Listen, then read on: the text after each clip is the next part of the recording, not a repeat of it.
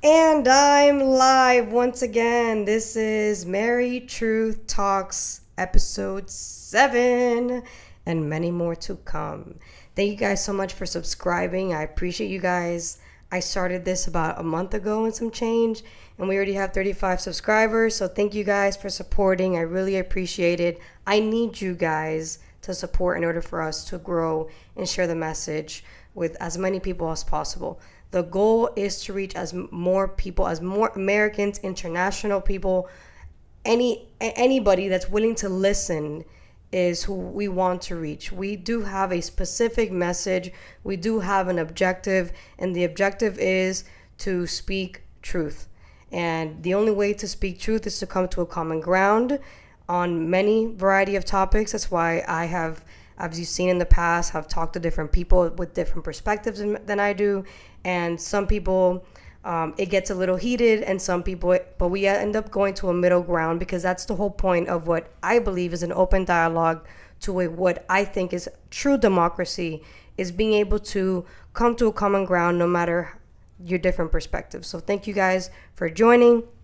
And I want you guys to, as always, join me on Instagram, Mary_Truths. That's where you're always going to be seeing my perspectives literally on a daily basis. I am a writer, I am a speaker, I do speak my mind as much as I can. So if you want to get to know me on a day-to-day basis, check me out on Instagram, Mary_Truths, and my wellness platform, which is a ongoing wellness project, MB Elevates. Thank you guys, and we're going to begin. All right, guys. If there's any comments, let me know, because I still got to work on that. It's one of those things I got to work on. All right. Okay. So we have a lot of things to talk about today. I did say on Instagram that I will get emotional. I will do my best not to, but it's hard because there's been a lot of things that have been going on, and I am a woman, and we do get emotional. I'm not saying that I can't control them. I'm just saying, it's normal for us to get emotional. So, and I'm not afraid to be emotional either, especially on camera. My partner says that I'm an actress. I don't know if that's a good thing or a bad thing, so I'll just take it with a grain of salt. So, I'm going to be talking to you guys about a couple things. So, the infrastructure bill, I want to talk about that because that correlates with what happened just last week with Hurricane Helen, or Helene. I think it's Helene. I don't know how you say it. I'm going to be talking about my past debates with my best friend Jackie on abortion. I will be talking about that, like the aftermath of that, the effect of that. I want to be talking about that as well because there's a lot to unpack from that. And I'm going to be talking about what happened with the Israel conflict if we have time. If we don't, then it is what it is. There'll be another live. And I do want to give you guys some insight that I will be doing a live with a active duty soldier, which I'm really looking forward to that because I want to know his perspective on many topics like the Israel conflict, the Ukraine conflict, the open border. I want to talk to him about a lot of things. If he thinks that America is racist, there's so many things I want to talk to him about, so stay tuned for that.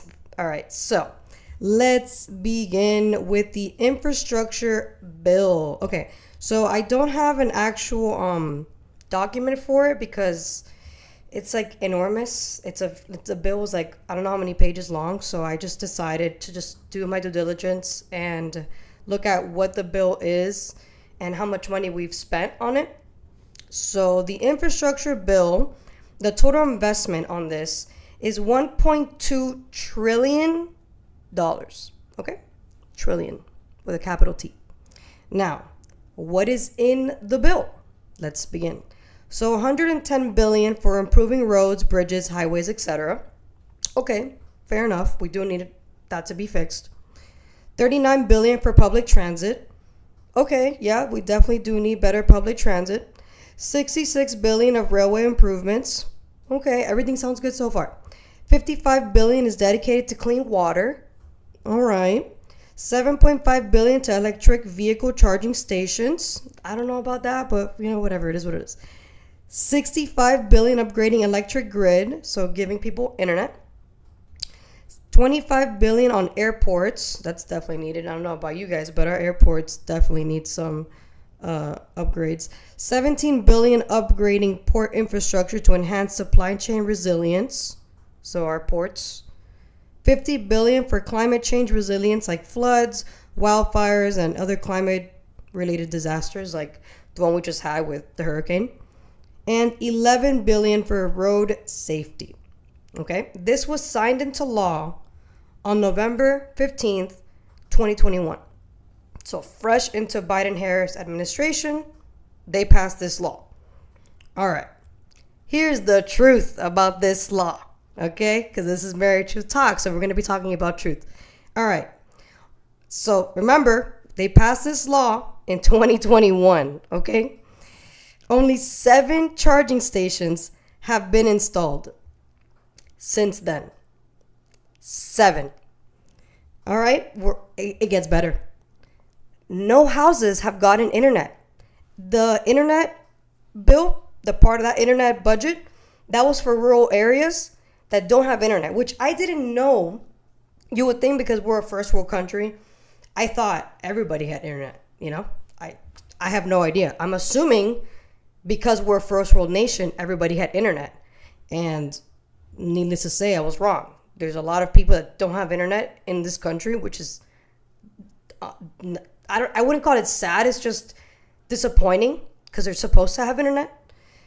And this bill was supposed to make that happen. We're in 2024 and nobody still has internet. Okay.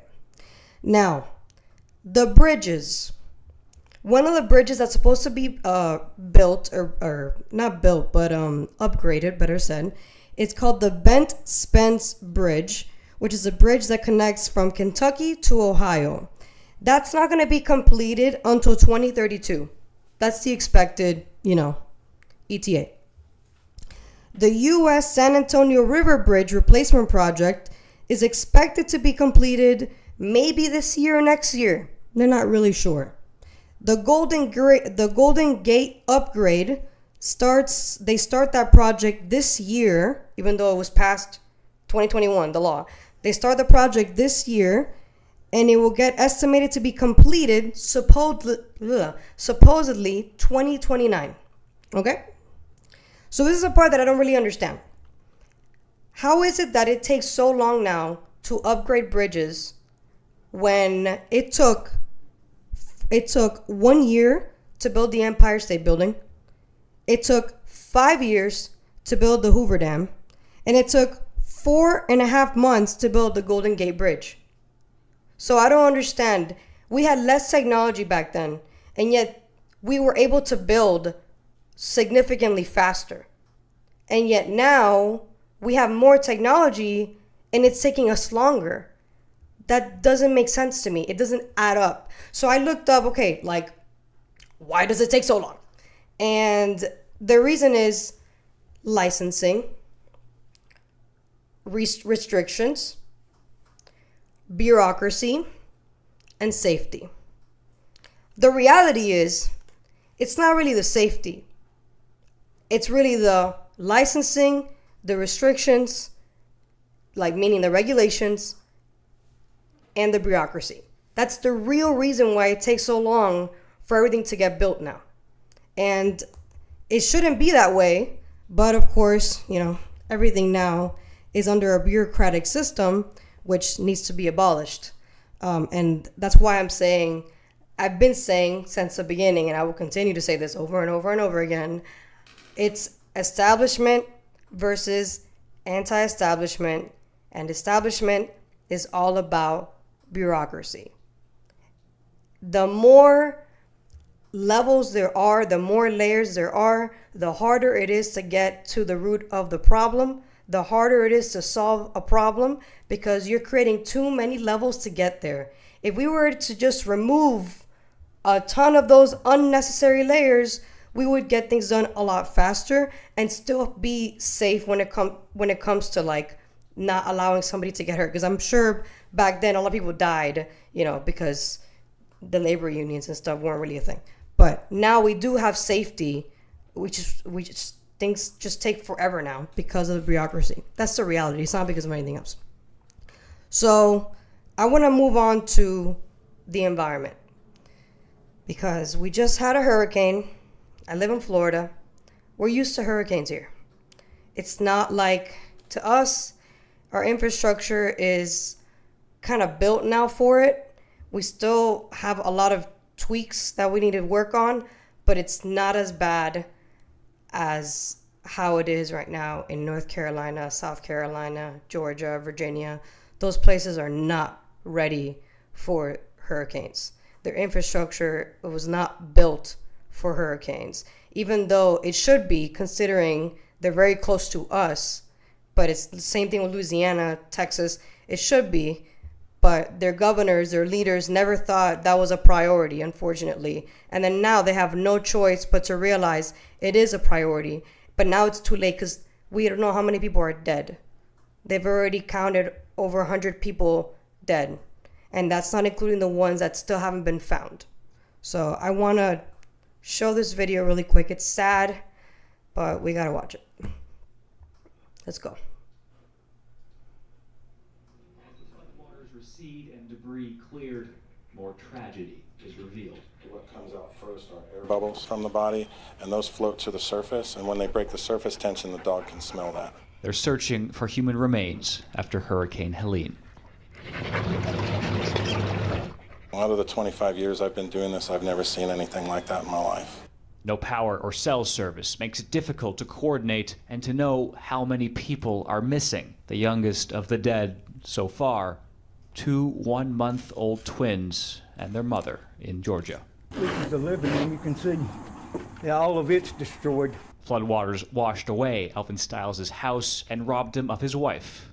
Again. I had her urn and her stuff, all her jewelry and stuff in my house, and I've lost all of that. An expert says Helene could be one of the most expensive disasters in U.S. history. These kind of recovery processes are truly long-term. They can take a decade or more. Small towns hidden away along mountain roads present logistical challenges, Gerber tells Global News, but he adds, they also have their own strengths. Smaller, more socially connected communities sometimes perform better than larger communities. Hey, I appreciate it very much. Thank you, brother. Love you. You're welcome, man. A stranger offered Stiles a trailer and generator. Give us a few more minutes. Thank you, sir. Washington saying it's given out more than $45 million as of Friday. The Homeland Security Secretary said Wednesday the U.S. has enough money allocated for Helene recovery, but not for the rest of hurricane season. That fund is essentially depleted at present. Congress doesn't sit to vote on more support until after the election, and the National Hurricane Center has warned of another storm that could become a deadly hurricane and threaten Florida in coming days.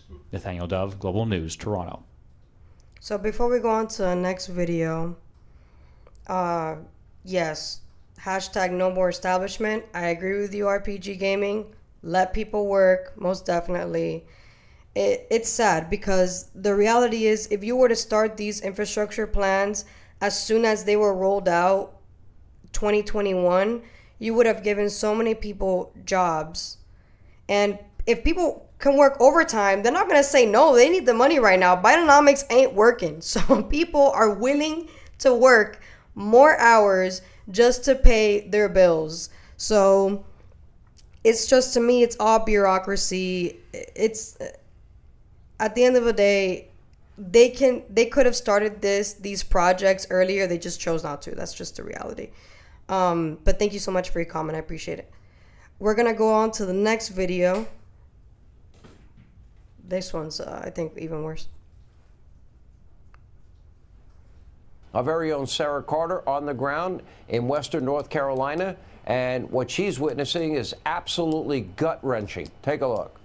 There's just no words. I don't think people can even understand what this is like unless they walk through your community to see this. I've never would have imagined. I mean, I'm from the Gulf Coast, and I've been through a lot of hurricanes, but nothing like this. You've never seen it like this? No.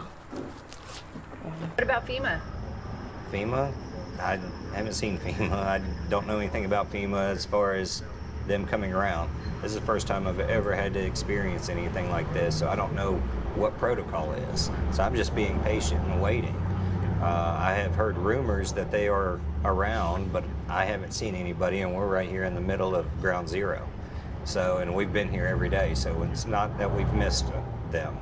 We just missed them. It's just been amazing that it's been a real community effort. Yeah, like I tell you, it just brings me to tears to see people chip in like this. Right now, the New York Post and some others have reported that basically FEMA has allocated $1.4 billion, but that money was allocated for illegal migrant crisis. Not for hurricanes, not for natural disasters, for the illegal migration crisis. When you hear that, as a taxpayer, what goes through your mind? Anger. You should look out for your people that are helping you run this country. We just need help. We need FEMA. We need somebody to start rolling in with some dollars. Bad. And it's just dire. I know you told me earlier you've never asked for $1 in your life from anyone.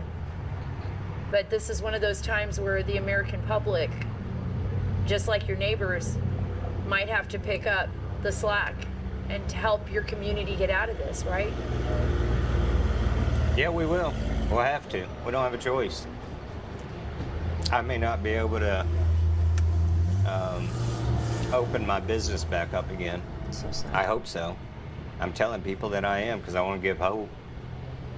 But if I can't, then I'll have plenty of idle time to help. Maybe it's time that Joe and... That's so sad, man. So I wrote a video. Well, I did a video and then I wrote, obviously, in the post, how a lot of people are not getting the $750 that Kamala Harris said that they were supposedly can get if they apply. A lot of people are being denied.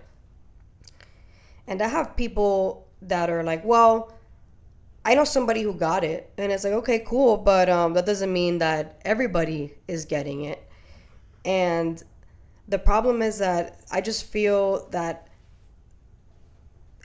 this is a moment where $750 shouldn't even be like something you should, what's the word I'm looking for, settle for. You shouldn't conform to the $750 because that is nothing. That doesn't go anywhere. You lost everything. Everything.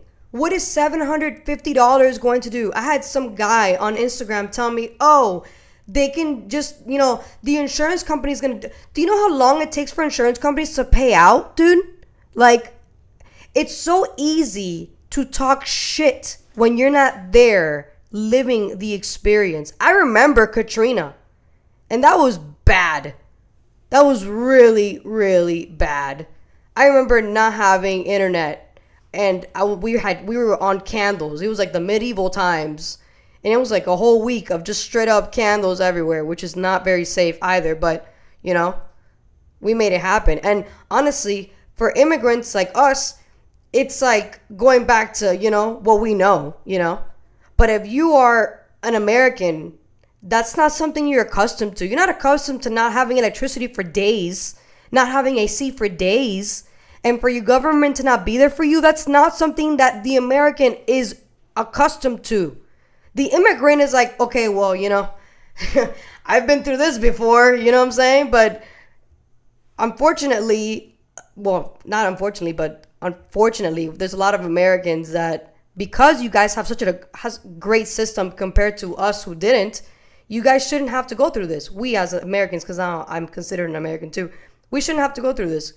We should have a government that actually serves the people. That's why we're paying taxes, dude. Like, to me, it's hilarious how there was some other person on Instagram was like, oh, Congress is the one who's supposed to do this. Okay, where's Congress right now? They're not even working right now. They're on break. You would think because of this disaster they're going to be like, well, we're going to have to get off of break and go back into, doing our jobs. Because at the end of the day, the taxpayers are paying us to do our jobs. So, but that's not the case. Because it's really easy when you have a really cushy job to sit on your ass and be like, okay, well, I already did what I had to do. FEMA's going to have to figure it out. And that's not the best part. Mayorkas straight up said that FEMA's broke. So let's go on to that one. That one's great. FEMA's broke. Is it that one? Alejandro Mayorkas. Yep, there's that one. Sounding the alarm on FEMA funding right after the devastation of Hurricane Helene. Listen. We are meeting the immediate needs with the money that we have. We are expecting another hurricane hitting. We do not have the funds. FEMA does not have the funds to make it through the season. This all comes as the Biden-Harris administration spent over $1 billion from a FEMA program on services for migrants. Attorney General of the great state of Florida, Ashley Moody, joins me now. AG Moody, why does the Biden-Harris administration always seem to help American taxpayers last? Good morning, Todd. Yeah, everyone should be waking up this morning outraged by that comment. This is not something that has just happened recently, and Florida's been warning about this since this administration took over. Mayorkas has come in like a virus and infected these what need to be healthy, strong, fundamental programs to ensure the stability and safety of Americans in times of disaster. So you heard, they have taken the FEMA Emergency Food and Shelter Program and over time siphoned off hundreds of millions of dollars into basically making it an illegal immigrant resettlement program. And so when you see these states and cities around the nation declaring emergencies, even blue states, because of what this administration has done, encouraging more and more and more, developing programs to encourage more and more and more people to come here, the government, Biden and Harris, are having to fund that on the backs of the American people. And now, right now, in Florida, North Carolina, Tennessee, Georgia, all of these states are hurting because of this truly natural disaster, not a Biden-Harris made disaster. Yeah. But according to the White House, Mayorkas is wrong. You can go on to the next one. That, this is false. The Disaster Relief Fund is specifically appropriated by Congress to prepare for a response to recover from and mitigate impacts of natural disasters. It is completely separate from other grant programs administered by FEMA or DHS. So, as you can see, the White House and DHS are at odds right now. Not a good look. Why would the DHS say one thing and the White House say another thing? That is questionable. I don't know who to believe, honestly, but I don't agree with either of them. I both think that they're significantly evil and inhumane. Mayorkas is the one who's listened to the Biden administration and has allowed open border. So he is to blame for many things, like, I don't know, child trafficking. That is one of them. And of course, the Biden-Harris administration is straight up lying about this because if he's the one who correlates with FEMA and he's saying we're broke, it probably means that we're broke. So, because we live in Florida and we are hurricane experts here on dealing with hurricanes, I actually looked into. There's another one? Mm-hmm. Okay. Yeah. Milton. Oh no, that's what you mean. That there's another hurricane. What is it called? Milton. And where is that going? That's gonna cross us. It's gonna hit the middle, Florida. Fun times. Look at that. We're gonna have another hurricane, guys. Category 3 on Wednesday. Fun times. Well, speaking of hurricanes, during Katrina, we were kids, but the critics of that criticized Katrina after the fact, they said slow deployment, leadership coordination issues, and under-resourced. That's exactly what's happening right now. And how long has it been since Katrina happened? That was like, what, over 10 years ago? Yeah. So what does that tell us? FEMA has not improved at all. Like, no matter how many what is the word I'm looking for? Constructive criticism they've gotten over the years, they've done nothing to apply new standards, new qualifications in order to improve on actually implementing better leadership in order for people to actually get help from FEMA, because FEMA's being funded by us, the taxpayers. So how are you going to tell me that they cannot have, how is it that they have slow deployment? Why is it that when things are happening and we're in dire need, people can't show up to help? That's unacceptable. We're paying for them to show up. The minute we need them, they're supposed to be there. That's why we're paying you. It's not to sit around. It's to actually help. Leadership and coordination issues, that shouldn't be happening either, because, again, we're paying you. And then under-resourced, how are you under-resourced if we're funding you? Unless your management skills suck, which obviously that's the case. So, because there's been a lot of deaths, and there's going to be more deaths, I am going to now transition to what I consider pro-death advocates. And I know that's hard to say. That's kind of like a hard pill to say, like, damn, like, you really consider pro-choice people pro-death? Yes, I do. So, before I get to the segment on abortion, let's watch this last video on the hurricane, and then we'll switch over. Katrina hit in 2005. We were forced evacuees. We were told to leave the base, and at that time they had no disaster plan. So we were just told basically to pack a weekend bag. We thought it would be just a false alarm. But it was not a false alarm, and Harmon was displaced for months. And actually FEMA had moved into the barracks, and we were given 20 minutes to basically get whatever we could carry. I flew in on a C-130 to the base, and I guess that was probably about a month after the storm, and had about 20 minutes to clear out as much as I could in my room. She returned in December amidst chaos and was made an offer she couldn't refuse. They set us down. They said, look, you know, FEMA's given $2,000 to anyone who was a forced evacuee. If you were a resident of New Orleans, which we qualified for, and you were a forced evacuee, this $2,000 yours, we're ordering you to take it.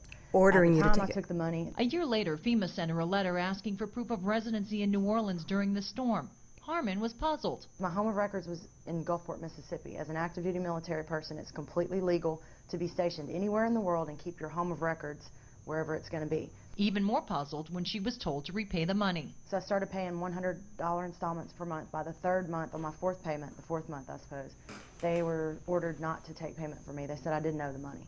And I said, okay, well, am I going to get any documentation for this? They said, no, it's just, you know, we can't take any more payments from you. Years passed, and Harmon assumed the problem had been solved until the federal treasury contacted her this year, threatening wage garnishment. I'm basically in collections for money that I don't owe, and they've added about $600 worth of charges on there for late fees. Since then, Harmon's been going back and forth between the Treasury Department and FEMA, trying to appeal. Then last week, she got this letter from FEMA that said, quote, a congressional inquiry and class action lawsuit regarding the fairness of collecting debts led to a mandate that FEMA stop all collection measures until the matter was resolved. The lawsuit was settled. FEMA was required to reprocess all registrations for disaster assistance between 2005 and 2010 before collections could resume. The applicant's file was reviewed and her debt is valid, end quote. I won't file my taxes. I'll quit my job before I do it. I'm serious. I don't believe in paying something back that I shouldn't pay back. This is wrong. Yeah. This FEMA is funded by taxpayers, and it is a mob, a legal mafia that we are paying for. That is FEMA. And like many other agencies, like the FBI, the CIA, the Pentagon, DHS has become it wasn't like that before, but it's become a mob. We are funding a enormous, I'm trying to say the word in English, conglomerate. Yeah, that word. I can't say that word. Conglomerate. Conglomerate. All right, I'm not gonna say it twice. You guys get it. The word con is in there. Exactly. That is what they are, and we're funding it. It is and we've legalized it because we're funding it. So we need anti-establishment in power to fight back against the mafias, which is funny because we removed mafias, right, just for a bigger mafia. So I'd rather the other mafia than the mafia that we have now. That's just me. You know, everybody can have their own opinion. That's my opinion. Corporate mafia. Yep, it's yeah. Well, we have corporate mafia, and then we have federal mafia, but they collude together. So this is a new mafia. I call it the pro-death advocate mafia, which started in the 60s, and now they've become this demonic. Well, I think they've always been demonic, but they've become more demonic as things I don't even know. It's like the more I talk to people about this, the more I genuinely feel that the people who started this movement were Satanists or Luciferians, or they were something evil and dark, and they somehow deceived women into believing that they were liberalizing themselves from God. In reality, that's what you were doing. You were liberalizing yourself from God. And if you really think about it, that is the devil. Because the devil is, you know, if you think about it, what Lucifer was rebelling against God, that's exactly what you're doing. If you're liberalizing yourself and you think that by you having self-autonomy, that's what you think you have, is self-autonomy, by thinking that you are ending the life of a child because your life is more important, that is evil, that is demonic, that is the devil's work. And I'm not even a hardcore Christian. I'm not even considered a Christian because I don't go to church. So I want to start this segment is dark, but I have to talk about this. I have to expose this because we need to change the pro-choice movement into pro-death. That's what it really is. I'm ready.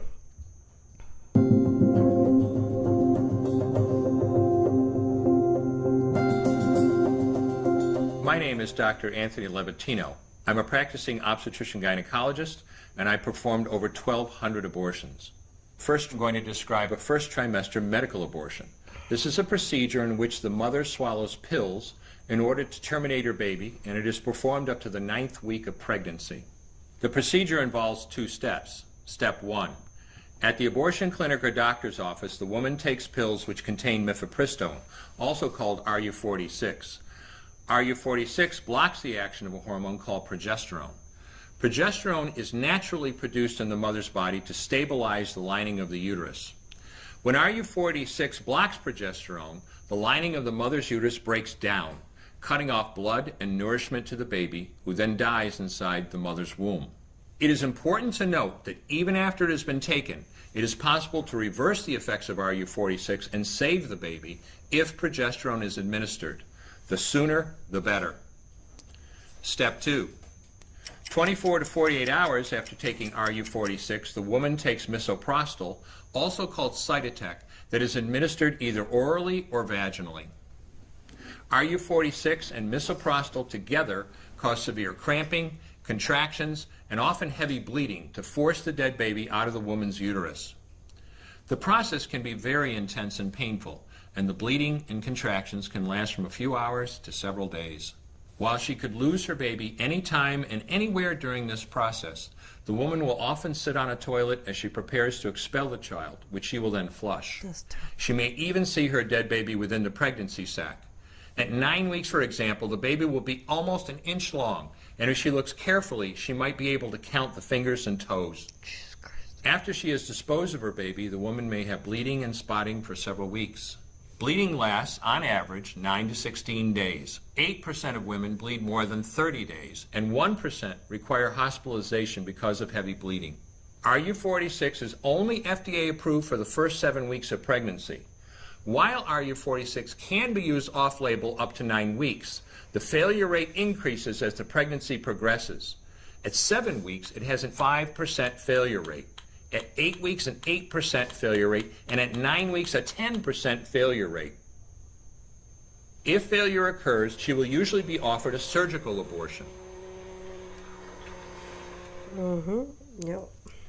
For the mother, medical abortion often causes abdominal pain, nausea, vomiting, diarrhea, headache, and heavy bleeding. Maternal deaths have occurred, most frequently due to infection and undiagnosed ectopic pregnancy. First trimester surgical abortion called suction D&C, dilatation and curettage.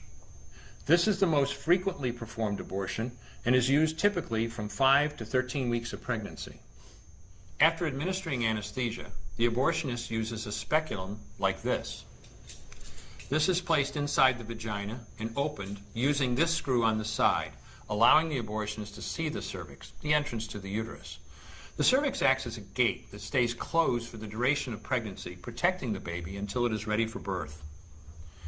The abortionist uses a series of metal rods called dilators, like these, which increase in thickness, and inserts them into the cervix to dilate it, gaining access to the inside of the uterus where the baby resides. The baby has a heartbeat, fingers, toes, arms, and legs, but its bones are still weak and fragile. The abortionist takes a suction catheter like this one. This is a 14 French suction catheter. It's clear plastic, about 9 inches long, and it has a hole through the center. It is inserted through the cervix into the uterus. The suction machine is then turned on with a force 10 to 20 times more powerful than your household vacuum cleaner. The baby is rapidly torn apart by the force of the suction and squeezed through this tubing down into the suction machine, followed by the placenta. Though the uterus is mostly emptied at this point, one of the risks of a suction D&C is incomplete abortion. Essentially, pieces of the baby or placenta left behind. This can lead to infection or bleeding. In an attempt to prevent this, the abortionist uses a curette to scrape a lining of the uterus. A curette is basically a long-handled curved blade. Once the uterus is empty, the speculum is removed and the abortion is complete. The risks of suction D&C include perforation or laceration of the uterus or cervix, potentially damaging intestine, bladder, and nearby blood vessels, hemorrhage, infection, and in rare instances, even death. Future pregnancies are also at a greater risk for loss or premature delivery due to abortion-related trauma and injury to the cervix. All right. And there's another one for third trimester, but I think you guys get the point. I want to know, why do men and women think it's okay to make abortion the first option when that is what happens during abortion? If that's not demonic, then you clearly have no soul whatsoever inside of you. You are soulless, and well, I believe people who are soulless deserve one place when they pass. But that's just me. At the end of the day, God is all loving and forgives everything. But humans, we're not God. We don't have to forgive. So that's just me. So the reason I wanted to show that is because so many women are so open to abortion. I just had a debate with my friend about it.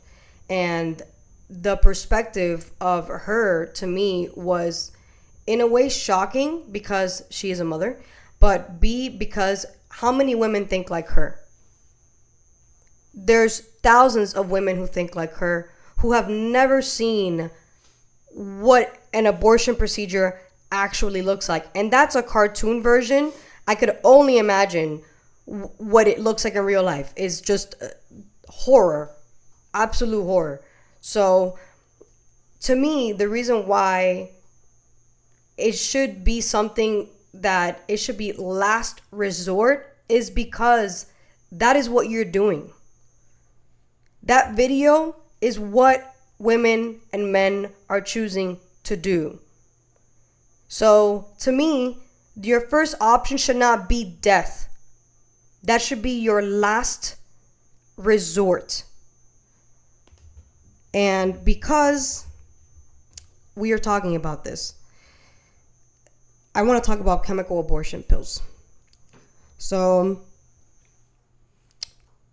chemical abortion pills became a thing in the 2000s. It became a popular thing in the 2000s. The Clinton, they weren't in the office already at the time. It was Bush, but they were pushing this pharmaceutical company that only made chemical abortion pills, and they wanted to push it into the market. So, in 2021, the Biden-Harris administration removed, every administration has their own FDA. So they switch the FDA people in there. Sometimes they keep them depending on the administration. So the administration's FDA, which is the same one we have now, removed the risk of evaluating mitigating strategy that forced all abortionists to perform an ultrasound before and after doing chemical abortions. So in 2021, during the pandemic, their reason was because of the pandemic, they removed the law to enforce abortionists to have to do an ultrasound before and after. So they were allowing abortionists to do telemedicine and to prescribe chemical abortion pills through a computer and mail it to the woman's house. Okay, yeah, bad. So what Laz is showing you is a Harvard review of the fact that they made this change in 2021. So this is what happened when they made that change. Before that change, they had to ensure that the woman was not Rh negative, meaning their blood type is negative, which my blood type is negative. So if I was liberal, I'd be screwed right now. So ensure that women's was not Rh negative and that the baby was Rh positive, which would lead to Rh incompatibility, and they were treated with immunoglobulin, which is a protein. Chemical abortion. Okay, so they believe chemical abortions are safe, according to the FDA. So that's why they removed that law enforcing abortionists to do the actual, hands-on, let me feel you, let me make sure that, this is safe to give you in person. They removed that and everything became telemedicine because of the pandemic, because apparently that was very important, was to allow women to abort their child at home during the pandemic. So they said that they were allowed to do that because the FDA approved it and the FDA knows what's safe. Okay, so this is the same FDA that has approved dangerous ingredients in our food that has been banned around the world. And I'm just going to give you 5 different ingredients that we consume and other countries in the world don't. Okay, so I'm gonna do my best to pronounce this because the pronunciations here is kind of rough. Brominated vegetable oil is banned in the EU and Japan. It can build up skin irritation, memory loss, and nerve problems. Okay. Potassium bromate banned in the EU, Canada, China, and Brazil. Linked to cancer and animal studies and concerns, they're concerned that it has potential risk for cancer in humans. Isodicarbonamide, I'm not sure if I said that right. Pronunciation is ADA. It's banned in the EU, Australia, and Singapore. The WHO has linked it to respiratory issues, and its byproducts, when heated, are considered potentially carcinogenic. Recombinant bovine growth hormone, it's banned in the EU, Canada, and Japan. Concerns about increased levels of incidence like growth factors in milk, which some studies suggest could be linked again to cancer. Yellow 5 and Yellow 6, these are, what are they? They're type of a food coloring. They're banned in Norway and Australia and the EU, and they're linked to hyperactivity and behavior issues in children. These are just 5. There's a bunch that the FDA has approved for us to consume that we shouldn't be consuming. So the fact that they're saying that chemical abortion pills are safe is bullshit. And the reason why that's bullshit is because now we have somebody, a victim who died from chemical abortion pills. And it was a Georgia resident who wanted to abort twins. And because the law in Georgia didn't allow her, she went to North Carolina. Are we there? Let me know when you're there. It's usatoday.com. Amber Thurman, that's the name of the person who passed. And so did her 2 children. You ready? Okay. So I don't want to watch the video because it's Kamala Harris when she was in that video when she was with, what's this lady? Oprah. And then those are the black women who are saying, oh my God, because of the Georgia ban on abortion law, my daughter died. And that's not the reality. Your daughter died because she decided to take a chemical abortion pill and she trusted the abortionist who gave it to her. They didn't do an ultrasound beforehand. They didn't do an ultrasound afterwards. They literally gave her the pill like if she was drinking like a probiotic and told her, you can go home. And she ended up dying in the hospital. That is what actually happened.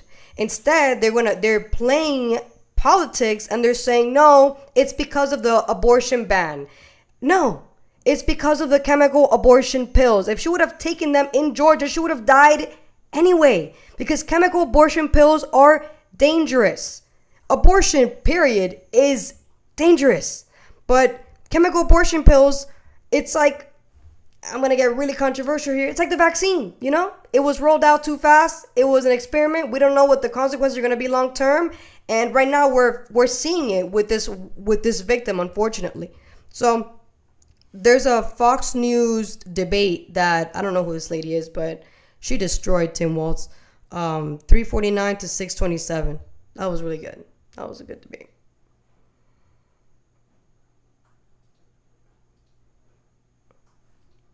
Okay, so and it's about character. Let's focus on what your position is and the vice president's position as well. I want to talk about abortion too, because this came up at the debate. It's been a winning argument for Democrats on many ballots, but I want to clarify what the law is there in Minnesota. Abortion Finder, a website that helps women find access, says abortion is legal throughout pregnancy in Minnesota. There is no ban or limit on abortion in Minnesota based on how far along in a pregnancy you are. You signed the bill that makes it legal through all 9 months. Is that a position you think Democrats should advocate for nationally? Freaking demon. Look, the vice president and I have been clear. The restoration of Roe versus Wade is what we're asking for. But that this is law a goes woman's far beyond right Roe v. Wade. to make her own choice. The law is very clear. It does not change that. That was been debunked on every occasion. Let's agree. What you signed is there's not a single limit through 9 months of pregnancy. Roe had a trimester framework that did have limits through the pregnancy. The Minnesota law does not have that. This puts the decision with the woman and her health care providers. The situation we have is when you don't have the ability of health care providers to provide that, that's where you end up with a situation like Amanda Zaworski in Texas, where they are afraid to do what's necessary. This doesn't change anything. It puts the decision back on to the woman, to the physicians, and we know that this is simply something to be brought up to be very clear. Donald Trump's asking for a nationwide abortion ban. That's a lie. We don't see this as a winning campaign. He said repeatedly that he will not sign a national abortion ban. Are you calling They're that just like it's a flat-out lie? Incredible pathological liars. Yes, of course. And Senator Vance has in the past said so too. Now look, they may see this as an election issue. We see it as a right of women to make their own bodily decisions. And that's what the states like my state have the ability to put that in. States like Georgia force women to cross the border, and then we have a death of Amber Thurman. So let's be very clear. Trying to cut hairs on an issue on this is not where the American public's at. They want the restoration of Roe versus Wade. Vice President Harris said she would sign it. That's what we'll do when we're elected. But to be clear, the Minnesota law is far beyond Roe v. Wade. And about the Amber Thurman case in Georgia, her family has, and it's tragic, she is a young mother who left behind a young son. But what her family has said is it was a complication from an abortion pill that she received, and she didn't get proper care when she went to a Georgia hospital, which had multiple opportunities to intervene there. Her own attorney, the family's attorney, says it wasn't the Georgia law, it was the hospitals. What he claims is malpractice, not treating her when she clearly showed up in distress and still had the byproducts of her pregnancy. because of that rare complication from the abortion pill. So just to be clear on the Georgia law and how her family and her attorney sees it. And then now the next one is that same video, 648 to 819.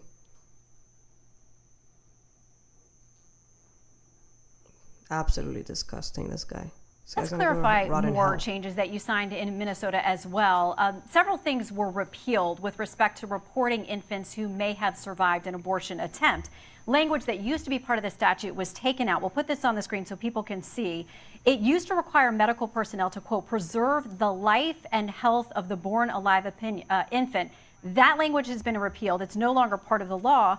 Also struck from the law was language about reporting infants that are born alive, what treatment they receive, and whether they live or die. Why was it important to you to get that protection out of the law?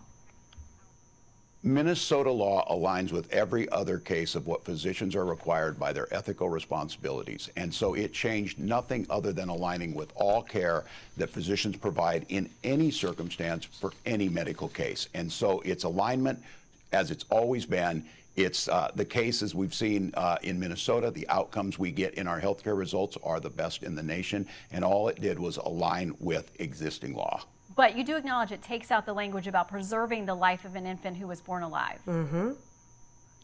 Every doctor has an ethical responsibility to provide what they can in each situation. That is the way the law is written now. It's the same for any person who shows up. And again, this is a distraction from the real issue here is women being forced into miscarriages, women being forced to go back home, get sepsis, potentially die, like we saw in cases in Texas. And that was a lie. She didn't die. Mortality rates in Texas have skyrocketed off the charts because of this. That's also a lie. That's such a lie. He's talking about Kate Cox, or I think that's her name, Kate Cox, something like that. She did not die, but okay, bro. These people are demonic. And if he thinks he's a Christian or a Catholic, I don't know what type of God he believes in, but it's definitely not the Christian or Catholic God, that's for sure. So I want to go back really quick to that video, that picture that I because this is really important. The picture I emailed you, that one. Yeah, zoom into that really quick. All right, so a little more because I can't see. Well, we can't see it like that. Give me a second. Oh, they can't see it? No. Hold on. Yeah, let me know. Okay, because the way they made that law literally allows doctors to discard a living baby after it's survived an abortion. That is what that law has allowed, because it specifically and purposefully, better said, removed to like that very, very important part that I want to read. I'm just waiting for my producer and the love of my life to help me out here. Does it let you? No. Oh, darn. All right, can you go back to that video and just pause where it said that? What video? The one that you just had, the one that they were talking, the Fox one. See if you can go back to that. You never do that. Because if you can put the actual picture, then... No, there's an ad. Of course there's an ad. Jesus Christ. Let me go on. Yeah, Jesus Christ. We definitely need Jesus Christ right now, that's for sure. All right, I'm going to read it here until you find it over there. So we should go right back to where we were? Yeah, I just need where it shows that picture. So yeah, it's in the video. You just have to pause it if it lets you, because for some reason when I was watching it wouldn't let you. So it says the original law says an abortion alive. Yes, thank you. Yeah. Thank you. A born alive, an infant. I'm reading the whole thing. As a result of an abortion who is born alive shall be fully recognized as a human person and accorded immediate protection under the law. All reasonable measures consistent with good medical practice, including the compilation of appropriate medical records, shall be taken by the responsible medical personnel to preserve the life and health of the born alive infant, care for the infant who is born. They took off born alive in the beginning, and they just put an infant who is born alive shall be fully recognized as a human person according to media, all the way down, and then they removed that's a very important part. They removed preserve the life and health of the born alive infant. Why would you remove that from the law? By them removing it, they are legally telling you in Minnesota, we will discard the infant even though it survived an abortion. We are not bound now to preserve the life. We can literally terminate it. And that's why Donald Trump used the word terminate, because that's literally what they're doing without telling you they're doing it. And that's part of this whole deceive universal law. They are telling you that what they're doing in plain sight without literally telling you what they're doing. And if you are paying attention, you'll see it. And we're moving on. I'm ready. Yeah. Oh, okay. Sorry. I thought you were just going to put it. You know what? No. Put it first and then we'll talk about it. On the globe, there were demonstrations ahead of the one-year mark of the Hamas attack on Israel and the war in Gaza that has followed. Tens of thousands showed up in several cities, most in support of the Palestinians in Gaza. But in Rome, protesters clashed with police. Water cannons and tear gas were used to disperse the crowd. Well, tonight, Israel launched new punishing airstrikes at targets in Beirut. Huge explosions hitting the city. This as the head of the U.S. Central Command arrived in Israel as the war widens. CBS's MTS Tayeb is in the Lebanese capital with the very latest. MTS. Good evening. Israel's bombing campaign across Lebanon is expanding tonight. For the first time, the country's north has been targeted, killing a member of Hamas, not Hezbollah, as strikes elsewhere intensify. Dressed in black and wearing emerald-colored headbands, the colors of Hamas. This is the funeral of Saeed Attallah, a commander for the militant group's Qassam brigades, along with his wife and 2 daughters who were killed in the Israeli strike. But it's Hezbollah Israel says it's after, as it ramps up its bombing campaign across Lebanon, leveling entire buildings. Like this one. 1 week ago, Israeli fighter jets targeted this building in the predominantly Christian village of Ain el-Delb. It was full of people who had fled the fighting further south. At least 60 people were killed, according to Lebanese health officials. Well, this was once a 5-story building, and as you can see, it's now just a mountain of rubble. All that's left of what was once people's lives, just bits of clothing and dust. One shoe, a pair of jeans, and a family picture. Relics of lives that no longer exist. In the shadow of Beirut's iconic blue mosque, more displaced families are living out in the open, including Syrian refugee Mohammed Ahmed Al-Naim and his family. Part of the 1.2 million across Lebanon who've abandoned their homes for safety. We had to flee one war only to find another war, he says. This is torture.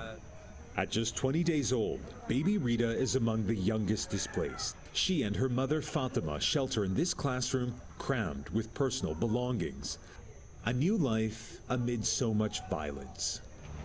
And tonight, Israeli Prime Minister Benjamin Netanyahu is lashing out against France's President Emmanuel Macron after he called for a ban on weapons shipments to Israel, Jerika, with Macron saying Lebanon cannot become another Gaza. So before we go on to the next one, the reason why I transitioned so abruptly is because all this is connected. The same people that are pro-choice are so against this war because they believe that innocent people are dying. But innocent children are dying through abortions every single day. Why is it that it's okay to kill an innocent baby? That's perfectly fine because it's self-autonomy. But if it has to do with a war, then it's all of a sudden it's completely different. It's not. It's innocent lives dying on a daily basis. So the fact that you are here saying, yeah, pro-choice, but then you're saying, no, there needs to be a ceasefire. No. If you are pro-Gaza and you want people in Gaza to finally have peace and you want no war, then you should not want pro-choice. You should want pro-life. It is hypocritical to say, yes, kill that baby. But yet at the same time, you're saying, no, innocent babies should not be bombed. No. Because at the end of the day, you're just being a hypocrite. Because if it has to do with your life, you're perfectly fine with death. But if it has to do with somebody else's life and you're watching it on television, no. You're not okay with that. I'm tired of the hypocrisy. If you're anti-war, then you should be anti-pro-choice. Period. And the reason why I'm tying this up is because my job as a patriot, as a legal immigrant whose parents fled from a communist government called Cuba and came here for a better life, a better opportunity, my job is to dismantle a Marxist mentality. My job, I've realized that I used to want to force my opinions on you and I wanted to be right at all times, which I still believe I am, but that's not the point. My point now is not to feel righteous. That's not my objective anymore. My objective is to dismantle the argument of the opposing view. Because if I dismantle your argument, the market, meaning the audience, is going to see who has the better argument. Because there's always going to be a right argument and a wrong argument. There's only one side to truth. There's not two truths. It's not my truth or your truth. No. There's truth. That's it. And it's very hard for people to comprehend that. But that's a fact. So as of now, because before maybe it didn't feel like that. But as of now, after having that debate with my best friend, my job is to dismantle any argument that is opposing my own view. And the audience, you guys, will say who had the better argument, because to me, the market is what matters. The market are the consumers watching. You guys decide who was right, who was wrong. And I've had people, after watching that video, which I recommend you guys watch, very, very bad. It's a very back and forth, very pushy, challenging, intense, and we love each other. But we have two opposing views. And even people that are actually pro-choice told me, yeah, you won that argument. So I want you guys to let me know what you think about that. Go and check it out. Put your feedback on the comments and let me know what you think about this one. But I'm going to end this video with the whole parasite argument because I really have to talk about that. But I have another video for you that I really want to show you about the whole Gaza situation. Here you go.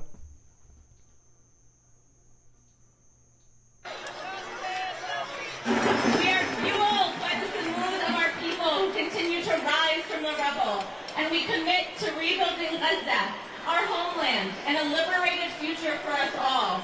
Today and every day until Palestine is free, we will elevate the voices of our people, honor our martyrs, and resist by any means necessary. This government, they speak of peace, and they speak of democracy, and they speak of justice, but they turn a blind eye to the ethnic cleansing that's happening in Palestine. Not only are they complicit, but they are the architects of this violence, of the oppression that is faced by our brothers and sisters in Palestine and all over the region. They speak of peace, but they fund the very forces that uphold apartheid. Okay, so before Our next question is from John. I was like, we're not doing any of that. No offense, Trump, but you're not important right now. So, I have to give my perspective on this because I am going to do a video on like the entire history behind this because there's a quote, a very famous quote. If you can find it, Laz, that'd be great. But something along the lines of like, if you don't know history, you are doomed to repeat it. Is that how the quote goes? To be exact. And who's the one who said that? Because whoever said that was a genius. Because that is 100% truth, my friends. If you don't know your history, you are doomed to repeat it. Who said that? George Santayana. Sounds like a Hispanic person. Or Italian? Who's George Santayana? He was a genius. And the quote is, if we don't learn from history, we are doomed to repeat. Yes, if we don't learn from history, we're doomed to repeat it. 100%. Where's that guy from? Who knows? For all we know, we're related to that guy. He looks Italian. Spanish American philosopher. Ah, look at that. Español.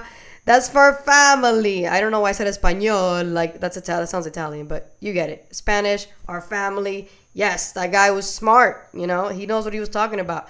So, there's a lot of people that don't really know the history. And the history goes back to, like, even before 1700 BCE. Like, this goes, like, way back. So, it's really easy to say, oh, you know, the Jews stole the land. However, that is not true. And I'm just going to say that is not true. Because they were there. And they were there for a long time. And then they were taken out of the land. And then they were brought back into the land. So people who have never actually read any history behind it will say Gaza should be free. Gaza land was stolen. However, Gaza was never free to begin with. Gaza has always been controlled by a country or an empire. It was never free. And Gaza has never been a democracy. So, to me, I think it's really easy to fall into this emotional trap of, oh my God, because these people are being treated so unfairly and so inhumane. At the end of the day, we are human, so we care, and you should care. But at the same time, you can't say things like they should be free as if they were free, because that's false. They were never free to begin with. And you can't say that the land was stolen, because that's also false, because it was not stolen. And if you were to go back in time and actually do your due diligence, then you would see that it was not stolen from them. In fact, long time ago, they were once living together. So, and then a lot of things happened after that. And I will do a video on it because I think that history is incredibly fascinating. And I like ancient history, and that is ancient history. And it does go back to Christianity, and it does go back to, to me, we connect a lot to that religion. So, and that's why in the last video I did with my best friend about abortion, I asked about God first, because to me that's a very important topic. And at the end of the day, this war stems from this whose God is stronger, because apparently it's two different gods. So it's a spiritual war, and it's also a war, and it's an inhumane war, and it's also a based off of land war. Different things all at once. But the fact that there are people who are saying that Gaza should be free and there should be a ceasefire is ignorant, because that's not going to happen. And I think that people need to come to the realization that at the end of the day, Israel was attacked, and they do have a right to defend themselves. And when it comes to war, unfortunately, people that are innocent will die. That is unfortunately the effect and the consequences of war. People die, just like in Ukraine, people are dying, just like in Syria and in Libya, people died, in Afghanistan, Iraq, you get it. So when it comes to war, innocent people die. That's unfortunately one of the things that you have to deal with when it comes to war. But at the end of the day, I don't think people should allow themselves to get so emotionally involved in something that A, doesn't actually affect your life because you're not there, and B, if you're going to stick up for the innocent that are living and they're outside your country, then you should also stick up for the living that still haven't been manifested yet, that are inside a womb of a woman. That's my argument to that. And I want to actually hit on the perspective I have on a fetus is a parasite argument. So my best friend used that argument, and I realized that the reason why she used that argument is because that argument has been spread around liberal medias into the minds of liberal women. And I dismantled her argument in a very common sense way. A fetus cannot grow and manifest itself outside the womb. So that was an easy way to dismantle her argument. But I have now a better argument for anybody that wants to debate somebody that has this perspective of a fetus is a parasite. I actually have biological arguments now. So let's do this. So the biological argument. A fetus and a parasite. A fetus versus a parasite. They're the same species. A fetus is on the same species as the mother. Okay, unlike a parasite and a human are not the same species. Whereas a parasite is typically from a different species. So that's one argument already that you can dismantle that argument. Another argument, intent and purpose.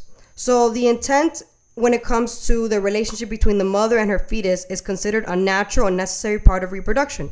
A fetus is not inherently harmful to the mother and is meant to develop into a fully independent organism.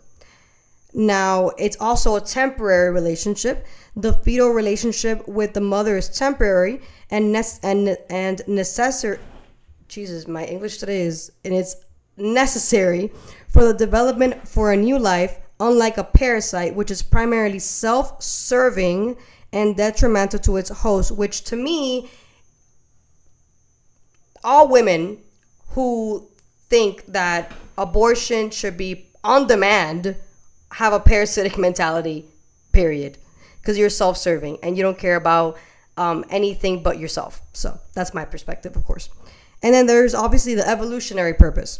Pregnancy and fetal development are part of the reproductive cycle with the purpose of producing offspring, which is beneficial to the continuation of the species. A parasite does not serve the host and often causes harm.